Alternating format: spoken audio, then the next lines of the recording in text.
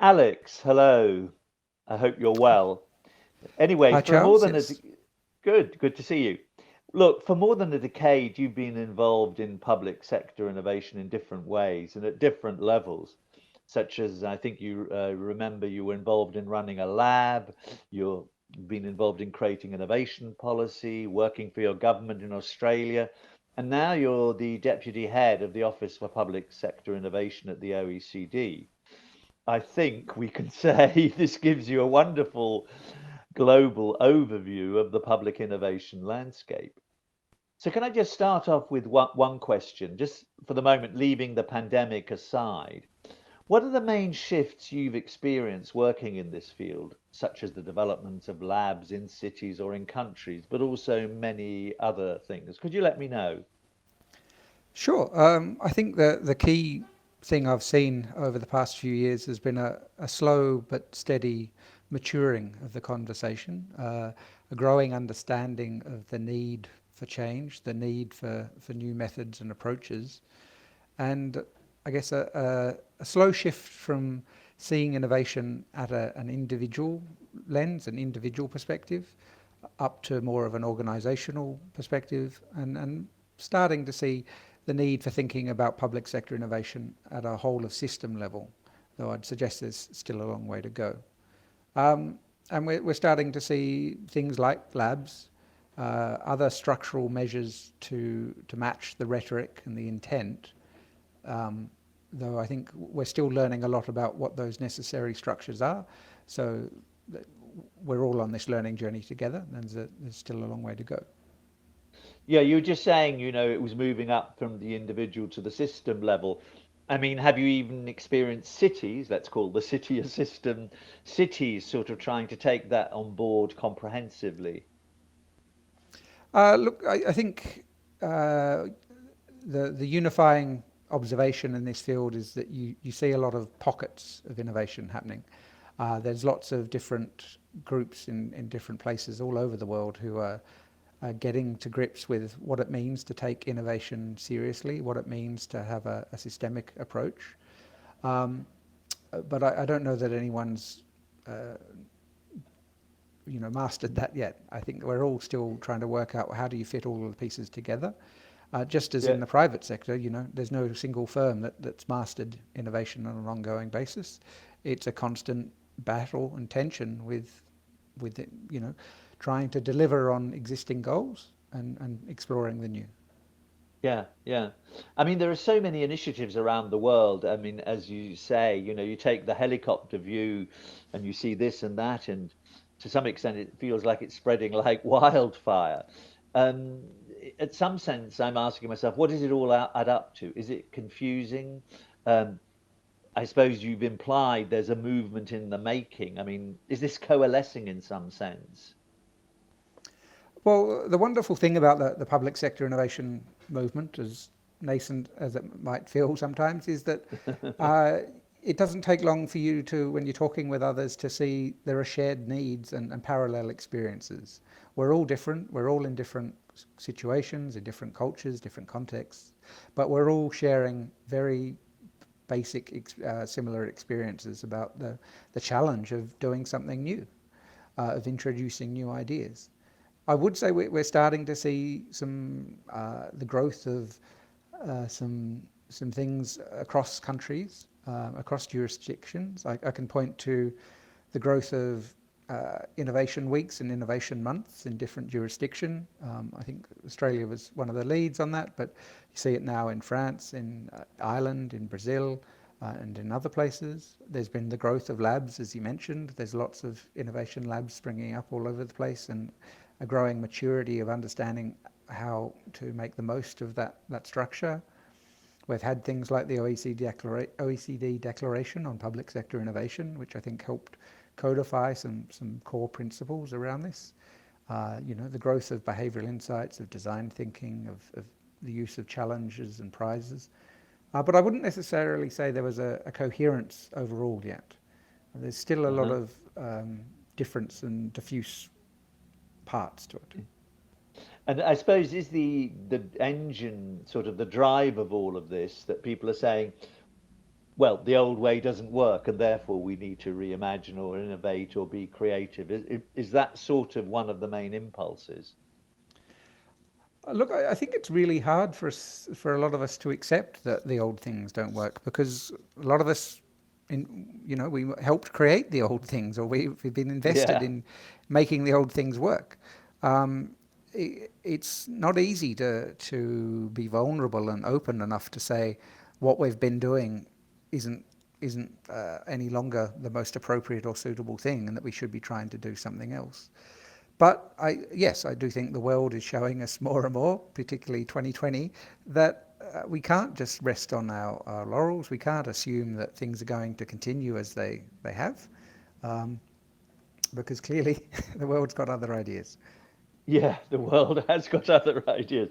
I mean, I'm not implying, by the way, Alex, that everything needs to be thrown up in the air and everything should be completely reinvented. I mean, obviously, I'm reading the way you're saying that as invent appropriately or reinvent appropriately. But I mean, obviously at OPSI, you've obviously been aware of all of this stuff going on, and you've got a sort of system, I think, which really is looking at how this all fits together. Can you explain that a bit? I'm thinking of your various tools that you've developed. You know, the one about the stages of innovation process. Tell us a bit about that, and do people find it useful? So I think when I started with the observatory a bit over 4 years ago, one of the things I was concentrating on was looking at innovation, the innovation process through the lens of that innovation life cycle of the different stages of the process that you'd see at an organizational level. And I guess then, as we started to work with other groups and looking at public sector innovation systems at a national level, uh, it really helped illustrate that innovation is it's sort of like nanotechnology. You know, when materials behave differently at the nano level than they do at the normal level, innovation manifests differently. The process is different and driven by different things when it occurs at the individual level, when it occurs at that organizational level, and when it occurs at that system level. And I think it's been helpful to walk through that to help illustrate that, yeah, there's some core underlying things that shape whether and to what extent innovation occurs. But there's also some very real and different things about whether you're leading an innovation project as you yourself, and when it's down to your motivations and your capabilities and so on, as opposed to when it's being pushed at an organizational level, as opposed to when it's being driven at a whole of system level. The experience, the factors involved change. Um, so I think, yes, people are starting to see a value in that sort of thing. And the other tool that I think has been really helpful for people is our innovation facets model of showing that there are different types of innovation activity, that not all innovation is the same, that it manifests, you can have, your big mission-driven innovation that Mariana Mazzucato talks about. You can have your anticipatory, your adaptive, and your enhancement-oriented innovation, and that each of those requires different forms of support, and that you need a mix of innovative activity. And we're really starting to see that, I think, gel with people, and it's really helped them understand that innovation takes many forms, and each of those forms requires different sorts of help and encouragement, that it's not a one recipe thing. So what about, just to give me an example on, let's talk about the enhancement. Could you give me just an example you know of, or anticipatory? Just, I mean, we understand the mission one, I've got a goal. Just spell out those other elements a bit I think with an the example. enhancement space is something that most organizations are really good at, and government can be very, very good at. It's where you know what you're doing, and you just keep on trying to optimize and improve upon it. A lot Uh-huh. of the IT sort of work is about, increasing efficiency. You might use new approaches, such as behavioral insights. It helps Uh-huh. you get more out of your original investment.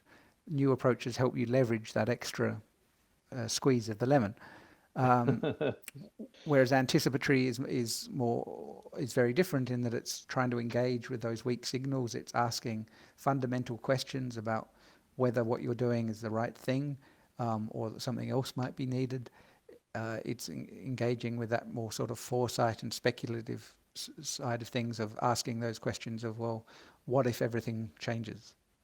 Yeah, I mean, it's interesting that in these periods of shrinking public sector in the past period, not just immediately, it's precisely that foresight thinking. Many of those entities were sort of the first things to be cut, precisely when they're the things we probably need now. Yeah, I think there's been certainly a resurgence in interest in foresight functions and anticipatory innovation stuff in recent time, well, in the past few months, as people understand that there's a big cost to being surprised. You can't Uh-huh. necessarily anticipate or predict everything that's going to happen, but we do need to invest in knowledge and options that uh, give us choices when the unexpected happens.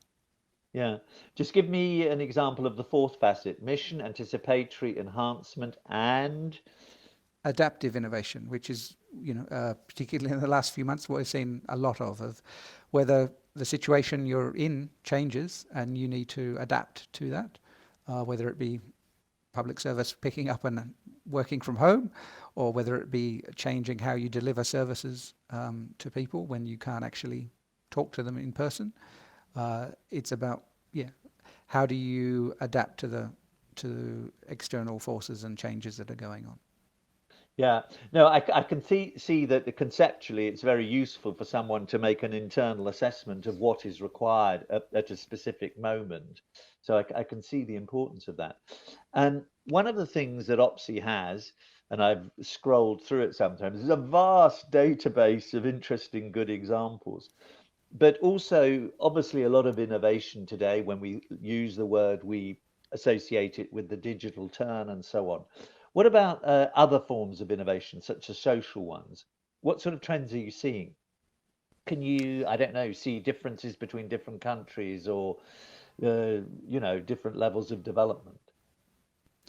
Um, well, I'd say firstly that digital innovation, just it often tends to be easier to see and to articulate. So um, it's much easier to talk about a new service, a new online service, or a new digital thing, because it's something you can point to and show. That social innovation that you talk of, where you're rethinking relationships, where you're rethinking how you interact with people, is much harder to sort of illustrate and articulate and demonstrate. Um, I think, one of my favourite examples from years ago from the Australian Centre for Social Innovation was rethinking about how to engage with families in precarious situations where children might be vulnerable to being relocated to with children's services, and where they connected families who'd been through those situations to families that were currently going through those situations. Um, Now that, in some ways, it seems very old-fashioned. It's about connecting people with people, but it was very innovative. But again, much harder to To to measure, I talk suppose. about, to illustrate, and to prove in a cost-benefit analysis. Yeah, yeah. I mean, I think from what we're seeing though in some of the trends, I mean, there's lots of things that we produce, and we have a series of trends reports coming out this year, and so I highly recommend those. But some of the things that really excite me are stuff that we've seen around what I call collaboration architecture, of thinking about how do we move beyond the traditional suite of collaboration relationships, such as procurement or public-private partnerships, or those sorts of things. How do we create models of collaboration that allow us to work together on all sorts of different types of things, but give a bit of structure around those relationships? I think Uh-huh. there's things we've seen with what which is a very much a digital thing, but I think quite potentially revolutionary, of rules as code, which is about how we code rules and laws, um, so that machines can consume laws, not just read them, but act Uh-huh. upon those laws. I think that's a really exciting model. Um, Uh-huh. Yeah, I mean, but in short, what you're saying is there's obviously the mechanism, in this case, often the digital, but there's also the key thing you seem to be saying is the relationship side, the people to people thing, is really being seen as ever more important. well, I think someone I know said to me a couple of years ago, that relationships are the unit of change. That's where change scales. That's how it flows through the system quite often. Uh-huh. Um, and it's where the really valuable change can come from, because it's about helping people see themselves differently and how they relate to others differently. Um, Yeah. but that's much harder to get off an IT system. Yeah, yeah. But that was a good phrase you just used. I mean, another one that you sort of told me about was, you know, we obviously often talk about an innovation ecosystem in cities or countries. I suppose if you could just briefly describe what that is, what do people mean when they say it, and how do you organize it? But I like the way you said when you talked about stewardship and stewarding this dynamic. Can you just explain this stewarding the dynamic? It's sort of, yeah, it sounds clear to me somehow. Sure. Well, I think it's firstly important to distinguish between an innovation system and an innovation ecosystem. Um, the system is the structures, the processes, the methods, the traditions, all of those things that shape uh, whether and to what extent innovation occurs, as opposed to the ecosystem of the different players and the relationships between them. I mean, if we think a system has a purpose, it's not always very clear, but it's there to do something. An ecosystem does not necessarily. It's about the relationships between them all. But either way, I think, as the word stewardship is really important. That concept of um, having care for the system, to see how it's reacting, how it's working, what it's producing. Um, I think the greatest example of that is at the moment with the pandemic, that we see that as innovation sort of speeds up and the distribution of innovation activity increases, and you've got lots of interesting things going on all across the system, lots of different experiments, lots of people doing new things. Um, it's hard for each bit, each organization, each person to have regard to the performance of the system as a whole. If you're focusing on health, for instance, and you're saying, well, a key thing is that people should be wearing masks, you're not going to be having regard to the supply chains for those masks and the environmental impact or something. Uh, Quite understandably, you're focused on your goal. But someone somewhere needs to have regard to the system as a whole, to see the system as a system and how the parts are intersecting, and to see where parts might not be performing as needed, or where there's going to be conflict, or where a nudge over there might help ease things over somewhere else. Um, we still are learning a lot about what effective stewardship is and looks like. Mm, Um, but I think a key part is just being someone somewhere needs to be able to see the system as a whole, yeah. not control it or have rule over it, but at least appreciate the system as a system. Yeah, you seem to be saying guiding in a sense, in a helpful way, guiding. I presume that could happen at any territorial level, city, region, or country, in theory. But that Yes, leads yes, I me, think yes. yeah, that just leads me to the pandemic, obviously, which we need to talk about. And you know, you've done some really interesting work because OPSI's monitoring these responses, and any viewers and listeners, just in general, look at OPSI's site. There's a lot of stuff there which is helpful. Again, I suppose my question is, looking at those pandemic responses, what are the patterns you can see? Do you think those initiatives might become embedded? in short, will governments shift the way they think, plan, and act? I think, well, we've seen a lot a lot happen, as you mentioned. We've seen different categories of action, and a lot of this is just reflecting the immediate response to the crisis, because all of those initiatives are, again, things that are easier to identify and to write up and to note as being different. The longer term stuff, I think, will be much harder to pull out and distinguish. But of the things we've seen in the immediate response, we've seen all of those things from the very immediate of how do you respond to things like infection control, how do you introduce measures to ensure that you're managing the spread, whether it be things like tracing systems, tracking systems like that, quarantine systems, to how you communicate to people about the crisis, how do you empower them with the knowledge they need, and inform them as things are going on. And there were some great examples there, I think, of New Zealand and elsewhere of really trying to communicate, Portugal in particular, with their Corona Kids platform, to really engage and support children with knowledge that would help them make sense of what must have been a very strange time. To, we identified 9 sorts of categories overall, but to those initiatives where, for instance, a number of cities were using the crisis as an opportunity to further some existing goals.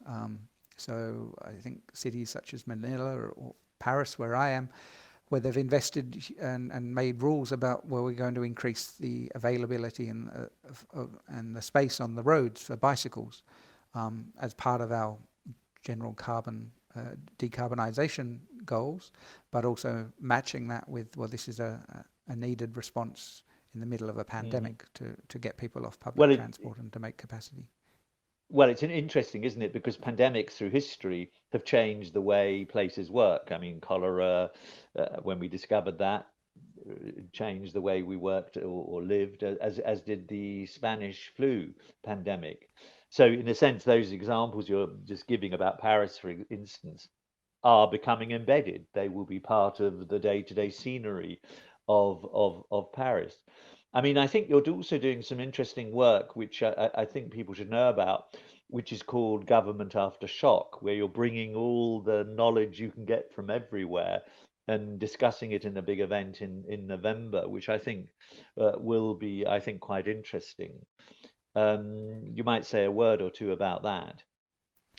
So effectively, we're trying to provide a platform for people a prompt, an excuse for people to have an opportunity for some semi-structured reflection about the crisis and what it's revealed about the role and expectations of government now and into the future. The first day of Government Aftershock will be a whole host of events all around the world, organised by people for their own conversations, but connected with some core elements, some common threads that will help us lift the lessons and insights from different contexts, and feed a broader global dialogue about what does all of this mean, and then provide those to some senior leaders and practitioners and ask, well, how do we make sure these very hard-won lessons of 2020 are taken on board, are embedded into the public sector going forward? How do we make sure that we don't just get lost up and wrapped up in the focus on recovery, and make sure that, well, we really listen to what we've seen? No, I think that all sounds very good. I mean, particularly, I mean, the spirit of what you're all doing at OPSI is very much about the common interest, the public good, and all of that, and gathering those reflections together, I think, is really important. Perhaps, if you don't mind, can I ask you a final question, which goes the opposite way from innovation? You know, sometimes when being innovative often means actually remembering something that existed before that we've forgotten, and I suppose bringing it up again. I mean, do you think that's true? I mean, could you think of an example of that? You know what I'm getting at. I think innovation is fundamentally about learning, but it's Mm, also about unlearning. It's about not necessarily forgetting, but distancing ourselves from some memories and some things, and sometimes it's about yeah taking those older memories and re-establishing their primacy. But I would say, uh, even then, when you're overlaying old structures and measures on an entirely different world, it is still innovation because um, so even if you take something from even 20 years ago now and use it in this context, it has a different meaning, it has a different Uh-huh. resonance in the system because the system has changed. And when we're in a stage where, we're fundamentally changing the very biosphere and the physical conditions of the planet, um, Yeah. everything to an extent becomes a matter of innovation because whatever we're doing, we're applying to a context we've never ever Yeah. seen Yeah. as a species before. No, no. I mean, obviously, you're right in that sense. I suppose that I had a more trivial thing in my mind, just came into my mind is like, we did separate functions in cities at some point and then felt, oh, cities lacked vitality. And then we reminded ourselves of mixed uses were actually quite useful to bring that vitality back. I mean, that's not the same as dealing with climate change, but there are examples like that, if you see what I mean. Well, I think a fundamental emphasis of this pandemic, at least for me, has been a reminder that we are social animals for both good, Hmm. good and less good when we share our diseases. Um, but that commonality of experience, that need for proximity and people, is a huge bit. And I think no matter what we tell ourselves, um, whether it be about working from home or that people are going to move away from cities or whatnot, that all of this, the conversation about innovation, about pandemics, it's all comes down to we are social animals. Well, that's a good way of sort of ending our conversation. I mean, we are here, a social animal, trying to communicate virtually, and face to face would have been much better. But look, it's so great to have you involved in our festival as OPSI, and I think people hopefully realise that you, as an organisation, have so much to offer others. So, Alex, thank you very much for this conversation, and I hope to see you in reality soon. No, thank you, Charles, and I'm really looking forward to the Creative Bureaucracy Festival. Thanks a lot. See you soon. Bye.